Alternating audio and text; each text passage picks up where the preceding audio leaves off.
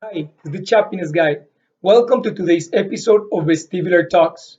Today's special guest is Nicolle. Nicolle is a very talented artist that is here with us today to raise awareness about Menieres disease and hearing loss. Remember to like, share, and subscribe. Enjoy the episode, guys. Find your Choppiness.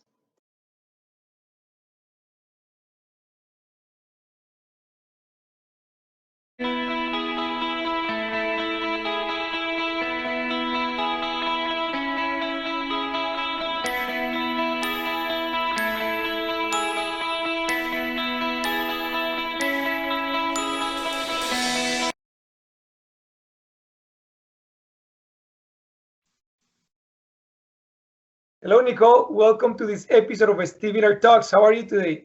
I'm good. How are you? I'm great. Thank you for asking. Nicole, I'd like to thank you for taking the time to chat with us and to teach us a little bit about your own experiences. So thank you very much. Thank you for having me. Thank you for inviting me. What you're doing is very helpful, and I really enjoy watching the interviews from other vestibular patients. Awesome, awesome. Nicole, do you mind telling us a little bit about who you are and how your journey began? Sure. So my name is Nicolle. I'm Colombian. I live in Miami. I've been living here for a while. My vestibular journey began in 2017. Okay. So I woke up one morning, and I know many people kind of say the same thing about this type of conditions. I noticed it was a Friday, and I was ready to go to the office, and I noticed that I couldn't hear out of my right ear, and it was an odd feeling. It felt clogged. It was odd. I also noticed that I had a numbness in this part of my face over here, and I couldn't feel the back of my head, which was really strange because I had been having a normal week. Nothing, I didn't have a cold or anything like that. So I went to the office, and I remember talking to someone, and they looked at me and they said, "Why are you not in the hospital? Like, why? Like, this is strange. You should go check it out." And thankfully I did. I listened to the advice, and I went to a small clinic, an urgent care, and the doctor was very good and like fast to act. And he said that sudden hearing loss is an emergency, and we need to see what's going on. So I'm very glad that that doctor did that for me, because I've heard many cases where they don't, and they don't know what's happening. So you said that you were saying that the doctor acknowledged that the hearing loss was an issue, and then Right. what happened? So he immediately he asked me to go to an ENT, and it was a Friday afternoon. So imagine my stress trying to find somebody on a Friday Yeah. and feeling the way I was feeling. So I started calling everywhere and see if I could get seen. And luckily, an ENT said yes. I mean, please come in. We wanna test your hearing. And it was a very stressful thing for me, because I remember when they did an audiology, my left ear was fine, but when you're in this cabin, I don't know, I think, have you had an audiology? Yes. Yeah. So you're here in this box, and then I hear nothing, and I'm like, okay, well, I'm ready for the test, and apparently they had been talking to me on my right ear, and nothing had happened. So then I feel somebody patting me in the back and said, Nicolle, yes, come in. Like, you have profound hearing loss in your right ear. You couldn't even hear the instructions of the test, not even with the volume maxed out. So immediately, everything dropped for me. I was like, what's going on, And of course, you can still hear it out of your other ear, but this is super unconventional. And after that, I mean, it was a long weekend, me trying to figure out, looking online, trying to reach out to like Facebook groups of sudden hearing loss, which I immediately joined. And they kind of coached me through it and said, this is what's going to happen, but they still didn't know what was going on, if it was Menieres or not, right? So I remember they gave me steroids for the weekend, so prednisone. And I took that for the weekend, and it was horrible. It gave me a bad reaction. I couldn't breathe very well, kind of like allergic reaction. Yeah. I had like red spots in my skin, and very moody, very irritated. And I remember going back to the ENT on Monday, and they said, well, this is not working for you. We're going to have to go another level, and we're going to have to inject your inner ear. So I had an intratympanic injection, which is bad. Like I Yeah. remember, like they laid you down on the side. The needle is this big. I'm not exaggerating. And the liquid, once it comes in, you start feeling like a vertigo attack because they're pretty much affecting your vestibular system. So everything started spinning in the room in the doctor's office, which they said it was normal, right? Then after that, I went back 2 days after, and they pretty much said, okay, we'll try it again. So second injection. And after that, every time they did an injection, they would do an audiology test, and nothing was happening. I wasn't getting better. Nothing was happening. On top of that, the injections are extremely expensive here in the United States. They're about $5,000 each injection, and Ouch. insurance doesn't cover it. So they keep Wow. asking you if you want it or not, because they know it's but then I said, it's not a matter of wanting it or not. Like Yeah, I you want need to it. hear it, so I would say yes, right? And then I remember after the second one, she said, there's no improvement, and sadly, I can't help you anymore. You need to go to an otoneurologist or someone who's more specialized in these conditions. So I looked, and I ended up going to University of Miami, where they assigned me to a team of neurologists, audiologists, otoneurologists, and I don't know how in depth we're gonna get, but like long story short, I got in a period of 2 or 3 months 9 injections. Wow. So I've never, I don't think in the chats I've ever heard of somebody getting more than 5. So, Yes. and the reason why I got 9, and I want to say this because there is hope, at the third one, they sort of stop. They have kind of like a protocol that if at the third one nothing happens, they don't have to try it again.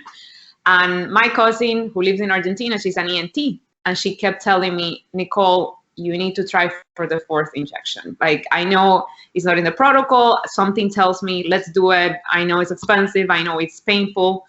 And I said, you know what? Maybe she's right. She's a doctor. So I actually asked for a 4th injection. And after the 4th injection, everything started changing.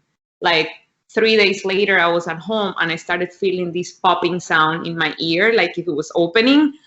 And I started screaming and because it was a tiny thing. I couldn't hear anything yet, but I felt something's moving. And I immediately called my doctor. We scheduled another appointment. So because of that, every audiology kind of showed an increase in my hearing, but it was very tiny. It wasn't, super significant. But after the 9 injection, I can say now I can hear muffled, but I can hear. I couldn't recover the high frequencies. Like I can hear high frequencies, but I can hear lower frequencies. Very muffled, but if I cover my other ear, I'm still able to understand, like very hardly, but I do. So Oh, Nicolle, probably, yeah, this yeah, was intense. Like, it was, holy crap. Like, this yeah, was to such a journey in such a yeah, short period of time. Like, you had to, I don't know, like you had to endure a lot in such a short period of time. I know. Something that you said that is you're on point for many people, including me. It's happened like that. That you go to sleep feeling perfectly fine one night, like nothing's changed, and then you Nothing. wake up with this, and you're like, "What the heck is going on? Like, what's Right. happening to me?" The symptoms that you described, feeling like numb in the side of the face, no hearing in the right ear, the numbness in the back, could be symptoms also of a stroke. Did the doctors mention that? Like, did they think, So oh, nobody was able to tell me anything. That's why because I would even go into the Menieres, not Menieres at that point, but the Sudden Hearing Loss group on Facebook, and I would say, does anybody feel what I'm feeling? And nobody. They said, no, I just lost my hearing, but no. And then I also had this odd feeling, and I mention it because I still haven't found anybody who, has this. I felt like if somebody was, like if I had a balloon inside my head and it was expanding and expanding. So I only felt that when I was exposed to warm temperature. For instance, when I was at home in the AC, I couldn't feel anything. But then when I would go outside to get in the car for a doctor's appointment, I literally felt there was a huge balloon growing in the right side of my brain. And I explained this to the doctors, and nobody was able to give me, they didn't know. They're like, that doesn't go with sudden hearing loss. They also did an MRI. Nothing showed on the MRI. So it's like perfectly normal, which we get happy because, okay, there's not an acoustic neuroma, there's not a tumor. but then what is it? And I feel like for many of us, we get this frustration, like the results are not really showing you anything. Yeah, So you're right. that's what happened. And then to the day today, I still don't know why for 4 months, I couldn't feel my head, like half of my head and all that.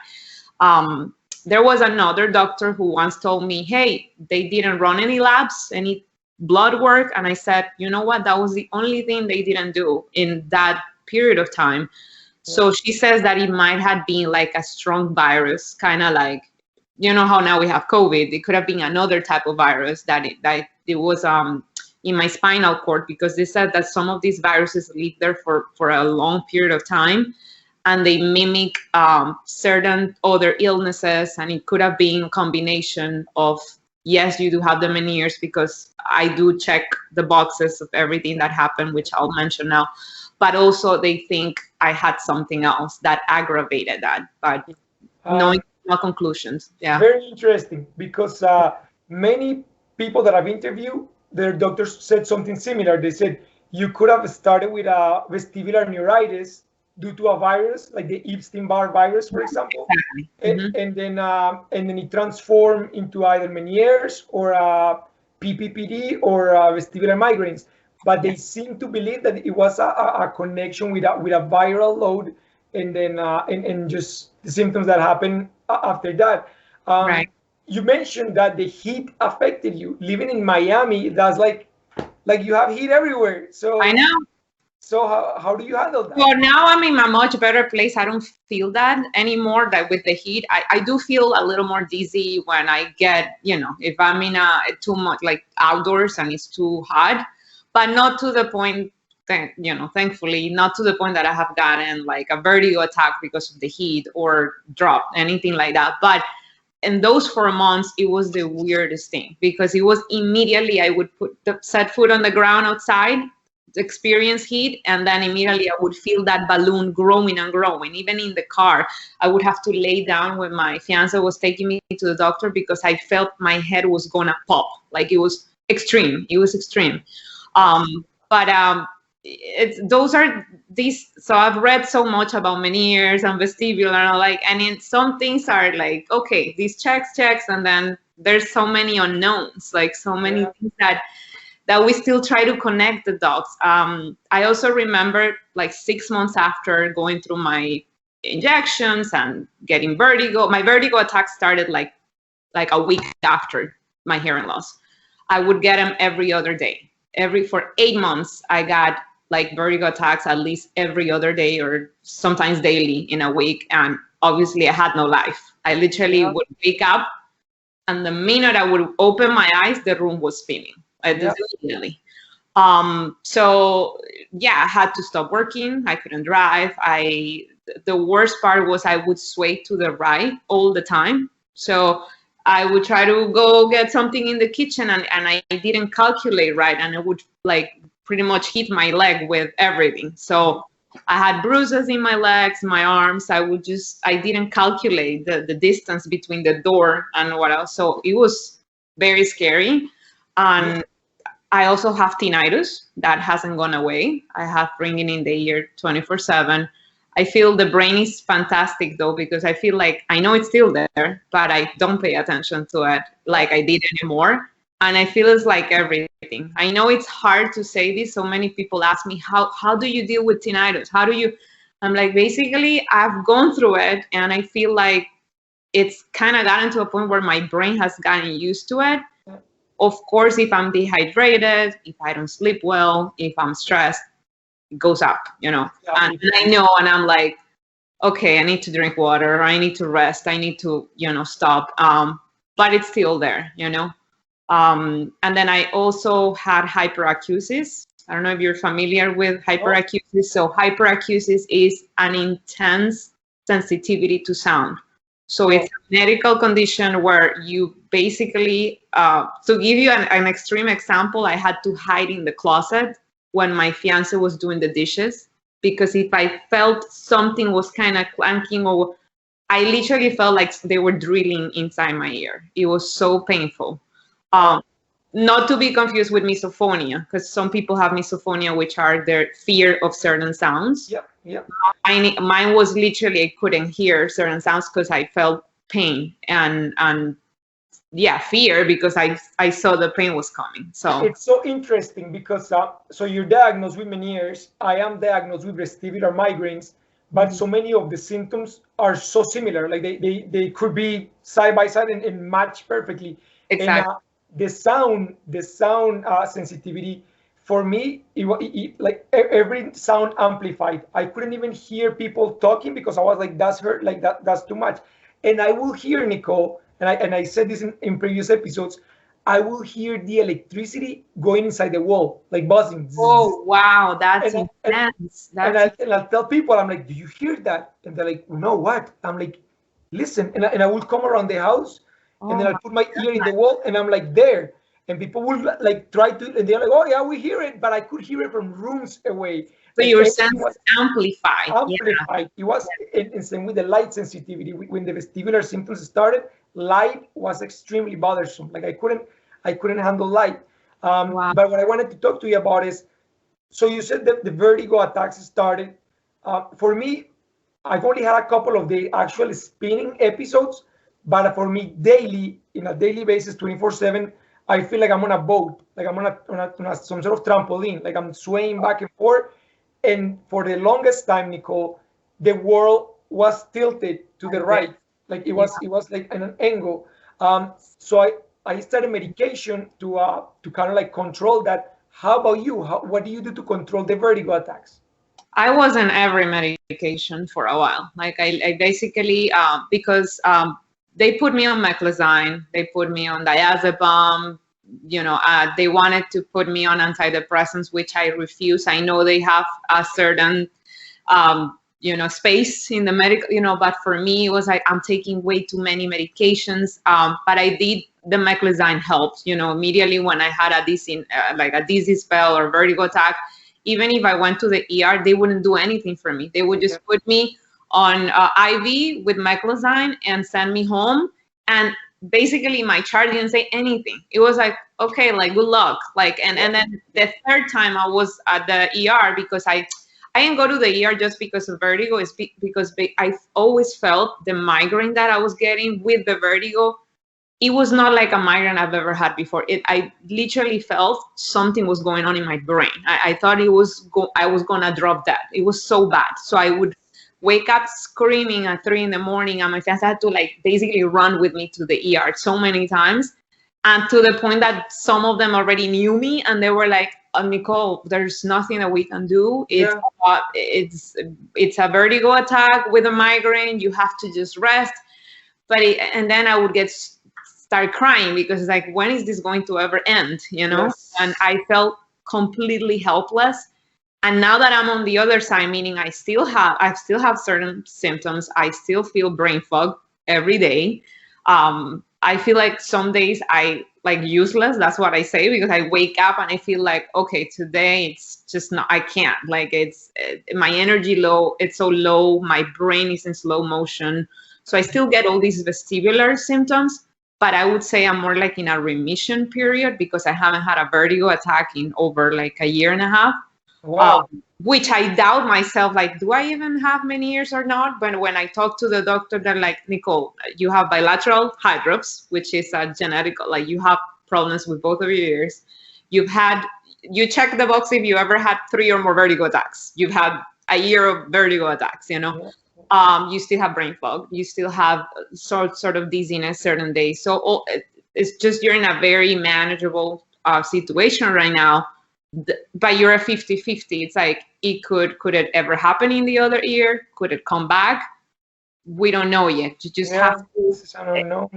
And I sometimes feel a little like doubt. It's like, could it be that but yeah, I've been seen by several doctors, and they're like, the thing is with Menieres, it's not a condition itself. It's a syndrome. So what did you say? A group of symptoms. So it's by exclusion, we say, well, you don't have this, you don't have this, you don't have this. Yeah, same Then with you have Menieres syndrome, which is all the symptoms together. yeah. So it's not really like an illness per se. It's many little different things at the same time, right? Yes, yes, Which I feel like happens for other conditions too. yes, But Menieres is so misunderstood still. I feel like even though I talk about it, I'm an artist and I talk a lot about it through my art. And I found a way to integrate that into my art practice. And when I started speaking out, then I would start getting messages and DMs of people, oh, I have all those symptoms. I didn't know. I've gone so many times to the doctor and they just tell me I have anxiety and they put me on yes, antidepressant. And I would say for women, like we get that a lot. We get that you're stressed, you're anxiety, anxious. yeah, I even had a doctor who made me cry in the appointment because he wouldn't listen what I had to say. He would be like, you're just depressed. We need to put you on antidepressant. And he wouldn't let me talk. He wouldn't. And it was very debilitating. It's like you're talking and people are not believing in what you're saying, especially when it's a doctor, you yeah. kind of want to feel validated. So They don't acknowledge you. Yeah. Nicolle, so at the beginning, I was also very against taking antidepressants because I'm like, I'm not depressed. And they're like, but you're anxious. I'm like, obviously, I'm spinning all day long. I'm dizzy all day long. I am anxious because nobody can tell me what is happening to me. right. So I am anxious. So for the longest time, I was like, no antidepressants, no antidepressants, until the neurologist said, listen, you don't need to be depressed to take antidepressants. The reason why they work is number one, with the release of serotonin into your brain, Right. it decreases the intensity of the migraine, and number two, it kind of like makes your vestibular system go a little bit like more dormant, like it decreases the sensitivity to your vestibular system. Overactivity, yeah. Yes, which allows you to not be as dizzy. And I said, okay, I'll take it with a grain of salt. I'm gonna see if it's true or not. And it's helped. It's helped. Oh yeah, like I'm able to drive. I'm able to go to work. I'm able to have a more normal life. Amazing. Yes. How long did it take you for you like to see the actual relief from the symptoms? Well, it's hard to say because I went 10 months without medication, pushing myself with I completely cleaned my diet. I did a vestibular therapy, meditation, yoga, praying, cold showers, breathing. So I did a lot before the medication. So when I started the medication, it took about 2.5 to 3 months for the dizziness to start decreasing and to be more manageable. Right. So I right now the neurologist added a second medication. So I'm taking nortriptyline, and they added flunarizine because he said if you still have dizziness, we wanna try to get your brain to almost feel no dizziness, so it adapts to being like almost non-dizzy. So it rewires the neuroplasticity. So it's like it will allow you to rewire and to feel not dizzy, because if you're dizzy for too long, your brain starts to feel it as it's normal, like with the tinnitus. Like, yeah. Mm-hmm. Yeah, like that's interesting because I've never heard that, and I love the term about neuroplasticity because I'm interested in reading more about that because I feel like they have discovered so many other things that your brain is able to, or they're able to adapt the brain, what you're saying, like trying not to feel like that's your normal state, like get it to another point. I'm so happy to hear that you found relief with that. That's yes, life-changing. Yes. I think that medication, Nicolle, is a trial and error. Not every medication is going to be the same for all of us. Like we are so unique and different that something that worked for me might not work for you, but something that works for you might not work for me. So I think it's just trying it and giving it a chance to work. Nicolle, with Menieres, it is very common for doctors to say decrease or almost eliminate sodium and salt. Have you tried that? Like, have you seen any difference with that? Yeah, I've tried. For the most part, I've always eaten like low sodium, so I haven't really had a difference. But I did. So there's another thing. There was a period of time where I thought, oh, it's the salt, because I had this incident when I was eating almonds, salted almonds, and I had a vertigo attack right after. And I'm like, oh yeah, okay, it's the salt. But then I had something else on another day, and then I tried the almonds, and it wasn't the almonds. So I've heard that not every episode is triggered by the same thing, but I've also heard, and then I went to see a TMJ specialist, and I also have TMJ. I super diagnosed, I have to wear a night guard because these I don't manage stress very well. So that's one of the things that causes my symptoms to go like out of whack, right? So, but he did say something interesting. It's like a lot of people who have Menieres also have TMJ, and it's a problem because you do have bilateral hydrops. That's a diagnosis that I had is, you know, the how do you say, pressure in the ears and the overflow, the liquid. But having these tense and having this problem doesn't help, right? So with the diet, you know, I did try to keep it low, but in that sense, he told me maybe it wasn't the almonds. It was just that you were super swollen here, and it was so intense that eating almonds, it was hard, you know, and he set it off, and boom, you had a vertigo attack.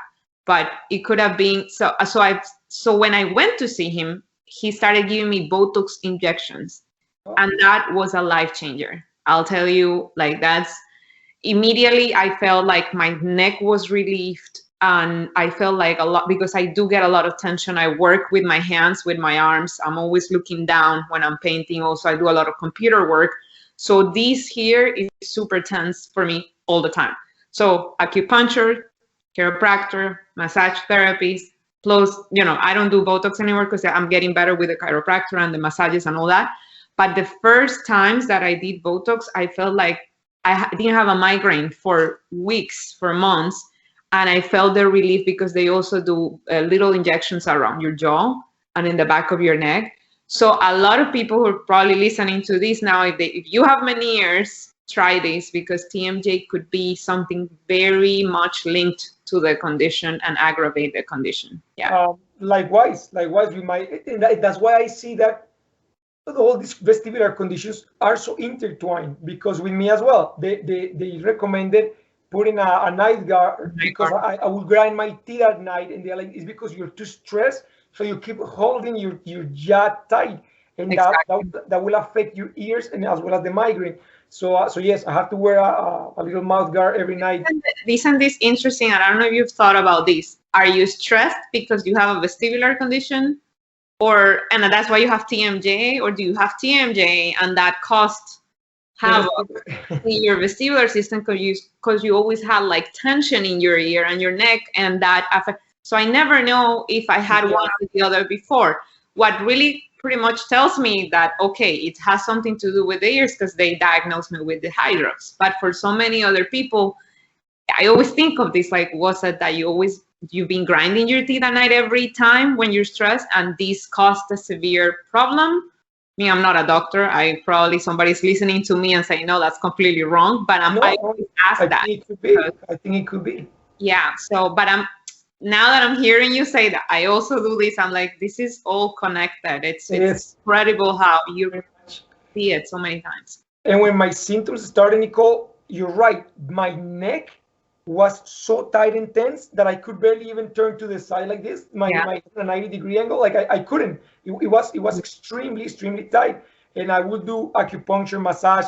I will do hot water and cold water, and those things will help. But I will feel like I had two giant boulders on my neck.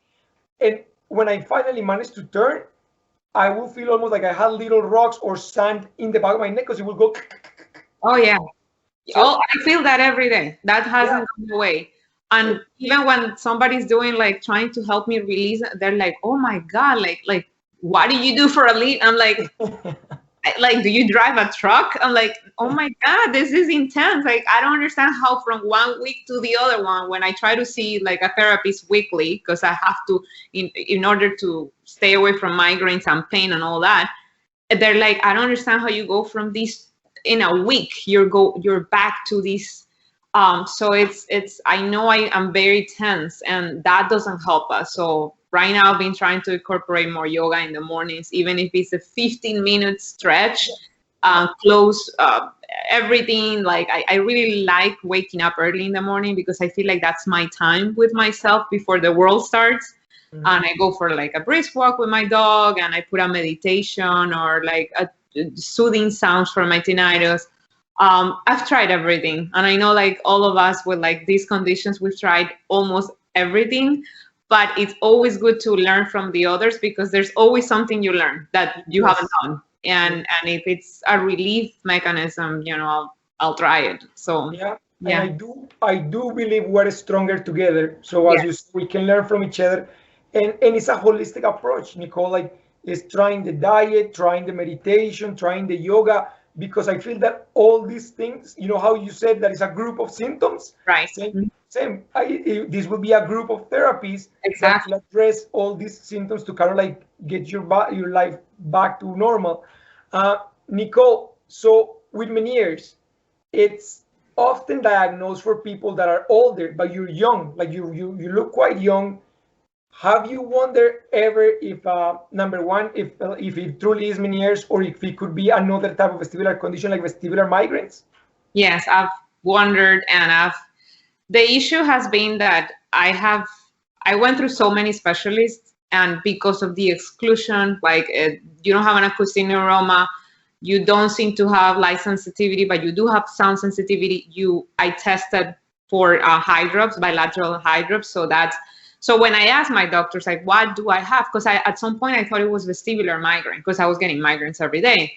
But they said because of the hydrops and because of the recurrent vertigo attacks and because of, like you're swaying to the right and because vestibular therapy helped, putting all that together, we think it's Meniere's. But it's exactly sort of that condition that it could be Meniere's with vestibular migraine, and we are not really diagnosing you for that. So when I asked the question, because I myself would love to know, kind of to put myself like, what's my box, right?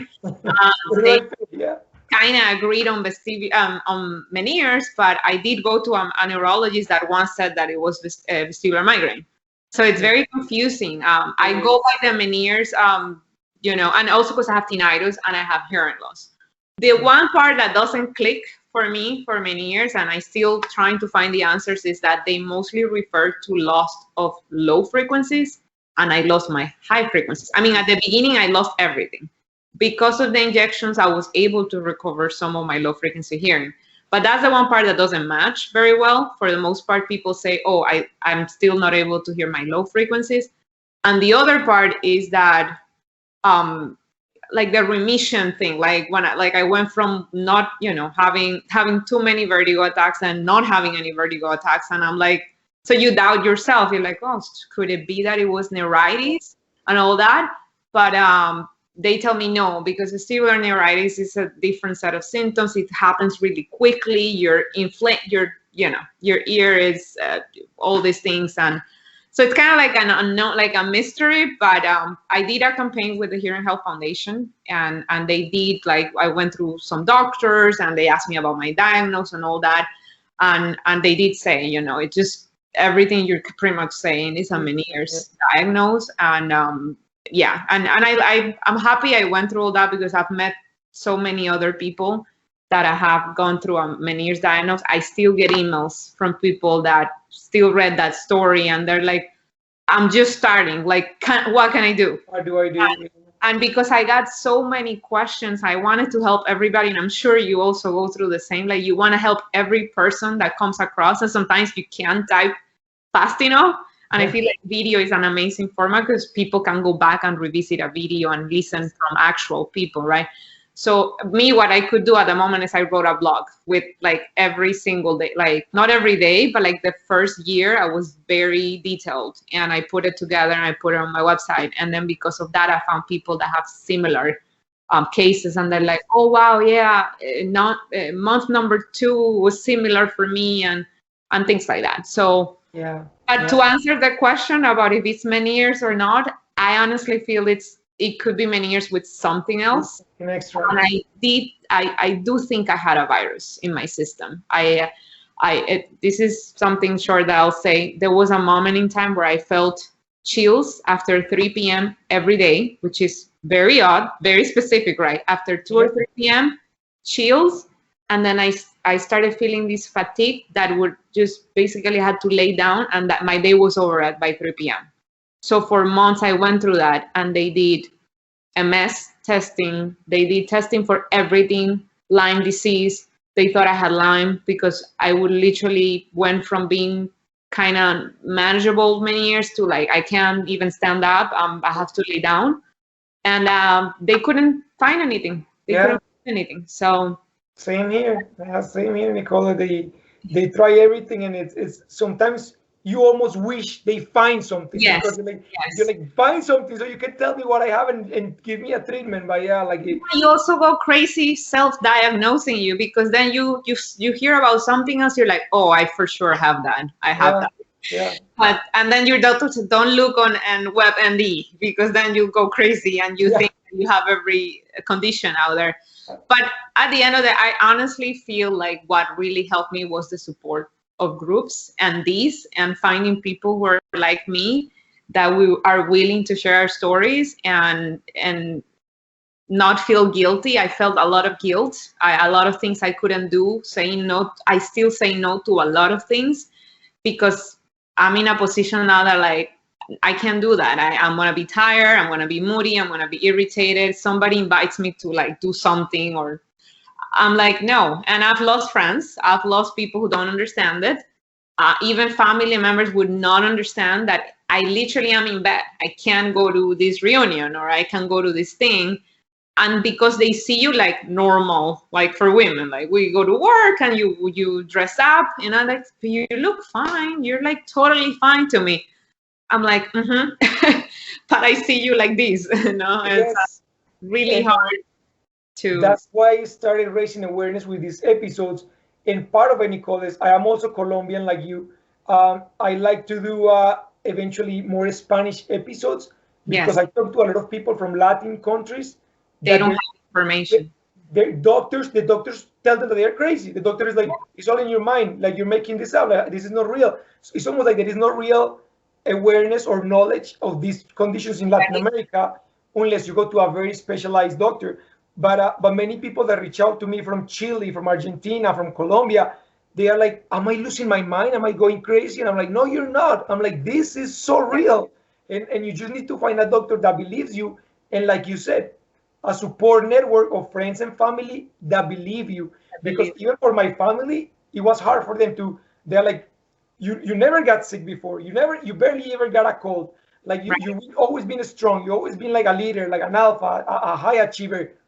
Why the hell are you down? Like I right, see, like it's so bad, and I'm like, it is this bad. Like if I'm acting like this, it's because it is this bad. So for right. a long time, they wouldn't believe me. Like they'd be like, oh, I'm sure it's not that bad. Oh, I'm sure the dizziness, or they'll say, oh, I've been dizzy before too. I'm But like, also, you know why they don't believe you, and you just hit it in the nail. And I am like that too, because we are like we're doing things all the time. Like we're yes, like so that people don't connect. Like, okay, so if you were sick, you would be in bed and disappear from social media. But I'm like, my personality is I need to be out here. I need to do this. I need to work on my stuff. I need to raise awareness. So like they can't connect that they're seeing you like right now in a video, and like, oh, I didn't know you had all that. And even if they know, they can't feel it. they It's can understand it. Yeah, really hard to explain to someone that you're feeling like on a boat the whole day, or that you literally can't hear them well because you have a beep in your ear the whole time.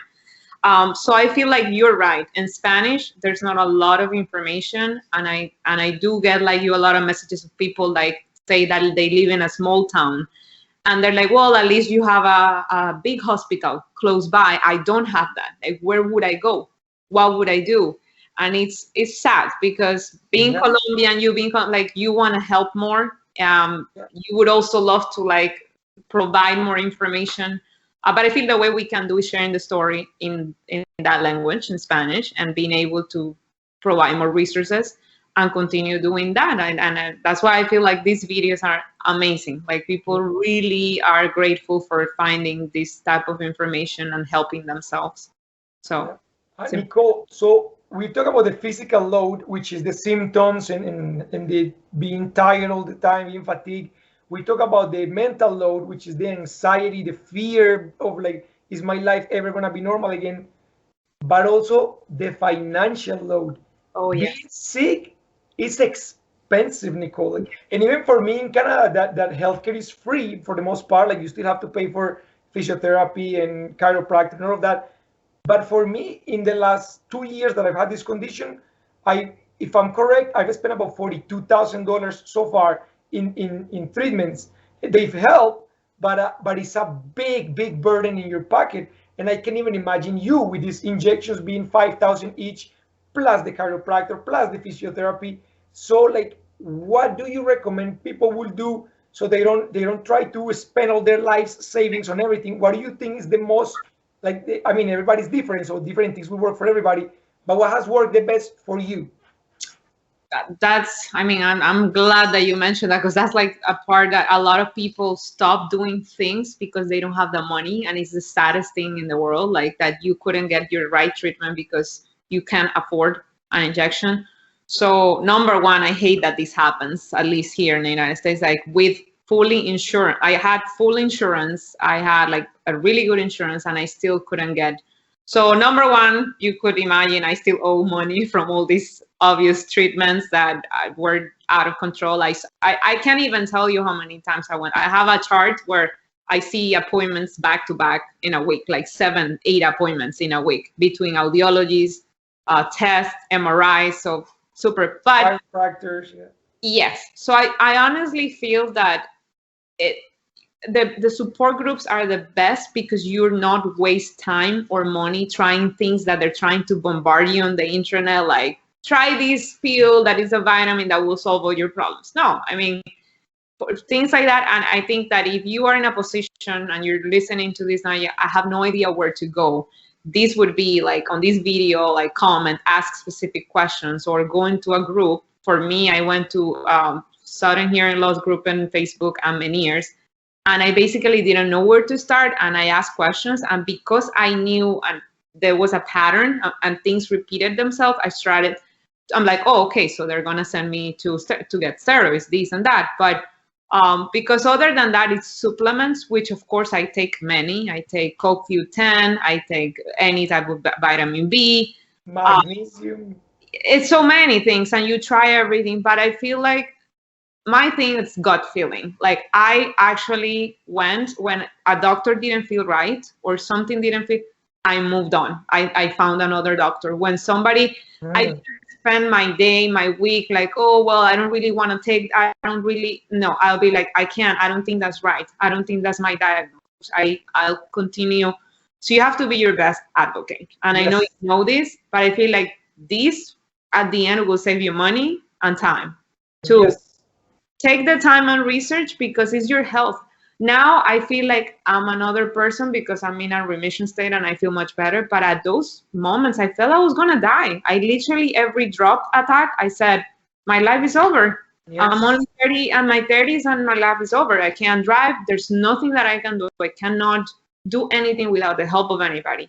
Even showering, I would fall. I would have to hang like on the door, the glass door, because I could just basically hit my head if I dropped.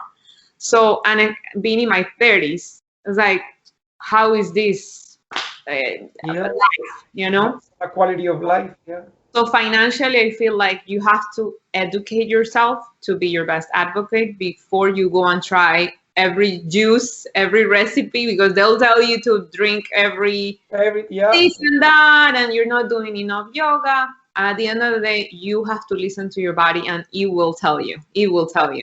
I love that. I love that you said just trust your gut feeling. Yeah. Because at that point, at the beginning, we're so desperate, Nicolle, to try anything that helps, that if somebody tells us you have to eat poop from the ground, you'll probably eat it because you're desperate to find a cure.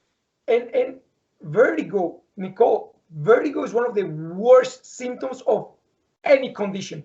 Like I've talked to people, I've interviewed people that have had cancer, people that have MS, people that have Menieres, people that have different conditions, and they all agree. They are like, the worst symptom is the vertigo, because it's so debilitating that you become, like, quote unquote, I don't want to say it like that, but it sounds harsh, but you become almost, like you said, useless, because you depend on someone to help you, like even to shower. The stimulation from the shower is an enclosed space. Water here is dark. Like it's so much stuff going on at once that your vertigo starts to trigger in the shower, and you're like, holy crap. So like it's the anxiety that builds up, because you even think that, okay, now I'm gonna go take a shower and this will happen, or this might happen. So it everything increases your stress level, everything. And for me, it was that. and hyperacusis, because for me, water triggers hyperacusis. So Exactly. even washing my hands or just washing my hair, I immediately felt dizzy, wanted to vomit. It was so bad. And yeah, I would say vertigo is a really, it's like you feel like you're not even in this world, like something is happening. And if it doesn't stop enough, you're like, I'm not going to be able to do this on my own. I can't, I need to find. So I feel like you have to listen to your body. The minute I started like putting things together, it's kind of like an investigation, like, okay, I feel this, that, and started trying certain supplements, and some things would help me. My mood would feel like more at ease and things like that. It's been like 4 years, 5 years of, trying and talking to people. Also, everybody's different. You said it. My dose of prednisone wouldn't have, maybe for so many other people, worked out on that first weekend, and they didn't need the injections. I needed 9 injections to get to a point that, and it was crazy. But that's what I needed. And if I would have stopped at the 4th and said, you know what, yes, I'm going to stop, I would have been completely my year. So again, I trusted my instinct, people around me telling me, go for it, people that know me and love me. And at the end, this is what you have to do. Listen to the people who've ever experiencing, or the people who believe you and are willing to help you get out of these situations. Yeah. Nicolle, do you ever get any visual symptoms? Like for me, for example, I can watch TV. The movement of the TV, switching the scenes, like it makes me nauseous. It makes me want to throw up. And if I'm driving and I see a train go by, just the moving, I'm like, oh no, I'm like, I can't look at that. Like, do you ever get any visual stuff? Not a lot, but I do feel so in terms of movement, not a lot. I did get it at the beginning when I used to go to a supermarket or a pharmacy. The oversaturation of visual, it did make me, like, one day I almost fainted in a supermarket because I felt it, and then the doctor told me it was too much for you. You literally were looking for things, and by scanning the aisles, well, I just did that and it made me dizzy. So like when I moved too fast, that, and also at that point I had BPPV, so I had benign paroxysmal positional vertigo, which so I not only had Menieres, I also had the stones out of my canals. And like you, I went through vestibular therapy, and I would say that was my top thing that helped me get back to normal, as well as, like resting, and I had to stop working and all those things. But vestibular therapy was amazing for me. For bringing the BPPV, because apparently it's very common, and for some people they get episodes. It could happen once every few years and never comes back, but for other people it could happen quite often. Yes. So I do believe that could also trigger Menieres or vestibular migraines, because once your brain is dizzy, it's easier for another dizzy condition to kind of like swoop in top of it. For a more, instead of episodic, is more acute, more chronic. Exactly. So yeah. It happened because BPPV, like the name says, is positional. So it would happen to me when I would look to my right side, which is the bad side. But I do think, like, after, so let's say in the morning I would get the BPPV, or at night if I was watching TV and my fiance would call me and I would look at him, that would like trigger. But then later on during the day I would get another vertigo attack, and it's maybe because of that, because I was so dizzy already and so like aggravated by it that I would still get more vertigo. They feed each other. Like one opens the opportunity for the other one to kick in. Yeah. Nicolle, what does the future hold for Nicolle? I see myself being, I love doing this. I love sharing the information because I never want to go back to where I was. And that's like my number one thing is like, I was in a very bad state, health-wise, mentally, and everything. I don't know if this is gonna ever come back with that full force. I obviously hope this is over, vertigo and all that. But I being an artist, I'm super sensitive to people. I'm sensible to my environments, and this is why I'm sensible to sound as well and all that. The future holds. I want to do more things in my country, in Colombia. I want to help more people in, providing more resources. I feel I'm lucky because I'm in a city where there's many hospitals. I feel the pain of people who are not like Yeah. don't have these priorities in life, or they don't have a clinic close by. Some people live in very rural areas, and they've told me my next clinic it's 4 hours away from here. How would I drive there? I live alone.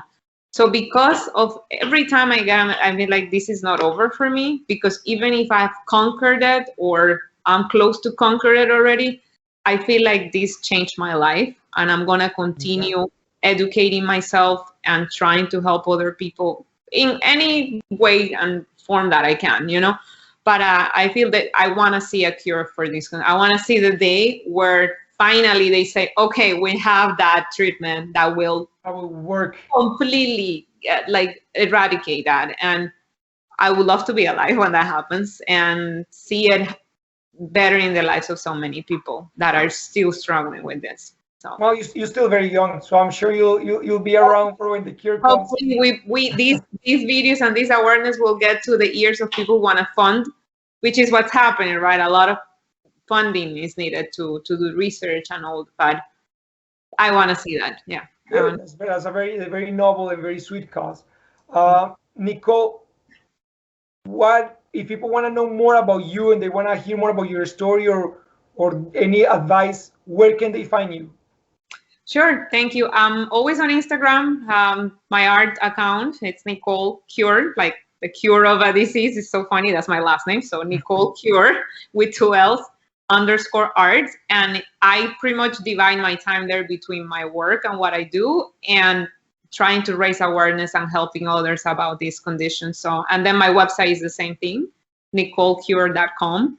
I do have a blog that is just for that, for hearing health resources, and I want to say it's helped few people. So if you're one of them and are trying to look for some answers about specifics, like very specifics of what I did and all that, I try to put everything there so you can have it anytime you can reference that information, and I'm going to continue doing it. So that's where you can find me. Awesome. My last question to you, Nicolle, is, as you know, this channel is called Find Your Chappiness, which means find your happiness. How does Nicolle find her chappiness? Being surrounded with people that care about other people. I'm all about being kind. So when I feel like the energy is not there, I try to move on. I feel like meeting people like you, meeting people like in this community has helped me open my eyes even more, that it's not only my condition, there's many other things. So my happiness, I find it doing that. My chappiness, I find it doing that. Painting, it's my bigger therapy. Without my art, I couldn't have survived. I honestly dived into my art during the worst periods of my condition. And my dog, I have a golden retriever, which I go in a long walk every morning, and just being surrounded by things that calm the mind. I feel like we're so bombarded by things in this world. So like my house is my refuge. And I know this doesn't sound good, but like I always kind of joke around like, what happens when the pandemic is over, right? Because I found relief being able to say no to a lot of things. I mean, I don't want to feel guilty about it. I know there's a lot of pain surrounding the pandemic, and it's so important. But I want to say, like, it has been such a shield for me. Like, oh, I don't have to go to like a birthday party or this. Not that I'm antisocial, but I feel like there's a lot of stressful situations that aggravate my symptoms. So having that excuse and like I'm being home, this has really helped me this last year. Like I've been shielded from this over, like, how do you say, like all the time things are like happening. Stimulation is the overstimulation. Exactly, you have the word. Awesome. Well, it was been an absolute pleasure talking to you, Nicolle. You provided a lot of very insightful, very specific information that I'm sure many people are going to be helped with. I hope so. And if we can do in the future a Spanish episode, I would love that, because I wanna do this, and I wanna do it with you because you have so much. You've heard from so many people, so I feel like we can start sharing that word in Spanish as well. And I would love to hear more about you. I'm looking forward to seeing more of your interviews, and we do share a project in common. So we're going to talk about that later. But I'm happy to do this for many people. So thank you for inviting me. Thank you No, for talking. awesome. Muchas gracias and have a fantastic day. Gracias a ti también. Thank All you. right, ciao. Bye.